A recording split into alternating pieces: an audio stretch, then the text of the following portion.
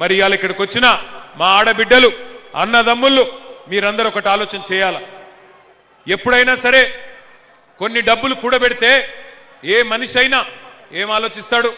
నా కుటుంబానికి నా పిల్లలకి ఏం కావద్దు, దబ్బన నాకేమన్నా ఇబ్బంది వచ్చినా నా పిల్లలకు నా కుటుంబానికి ఏం కావద్దని చెప్పి ఆలోచన చేసి 20 లక్షలుంటే 20 లక్షలు, 30 లక్షలుంటే 30 లక్షలు ఒక ప్లాటో ఫ్లాటో కొని పెడతాడు. మరొక్కసారి ఇక్కడికి వచ్చిన ఆడబిడ్డలు అన్నదమ్ములు ఆలోచన చేయాలి. ఆ రోజు కేసీఆర్ గారు ఉన్నప్పుడు భూముల ధర ఎట్లుండే, ఇవాళ కాంగ్రెస్ ప్రభుత్వం వచ్చినాక ఎట్లయింది?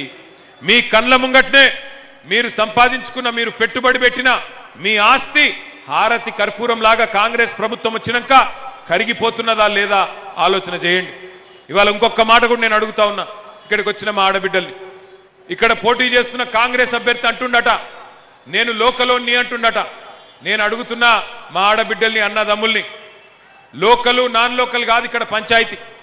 ఇక్కడ మీరు ఆలోచించవలసింది ఒక్కటి, ఎన్ని అబద్ధాలు చెప్పి ఆ కాంగ్రెస్ పార్టీ అధికారంలోకి వచ్చిందో ఒక్కసారి గుర్తు తెచ్చుకోండి.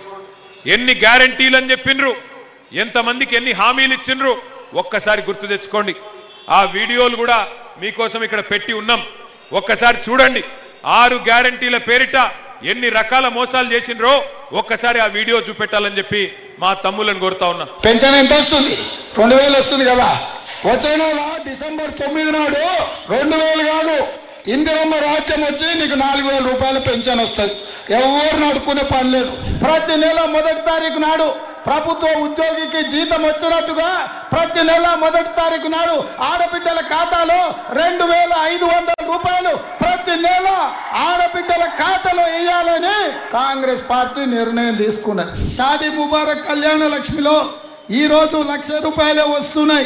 వచ్చే నెల మీరు తీసుకుంటే 1,00,000తో పాటు తులం బంగారం ఆడబిడ్డలకే ఇచ్చే పేదల కోసం ఇందిరమ్మ ఇల్లు కట్టుకోవడానికి, ఇల్లు లేని పేదలకు పెళ్ళైన ప్రతి వాడికి ఇందిరమ్మ ఇల్లు కట్టుకోవడానికి 5 లక్షల రూపాయలు ఉచితంగా ఇవ్వాలని ఇవాళ కాంగ్రెస్ పార్టీ నిర్ణయం తీసుకున్నది. ఇన్నరా మాటలు, ఇనవడ్డాయా మాటలు? ఇవన్నీ ఎలక్షన్లకు ముందు చెప్పిన మాటలు.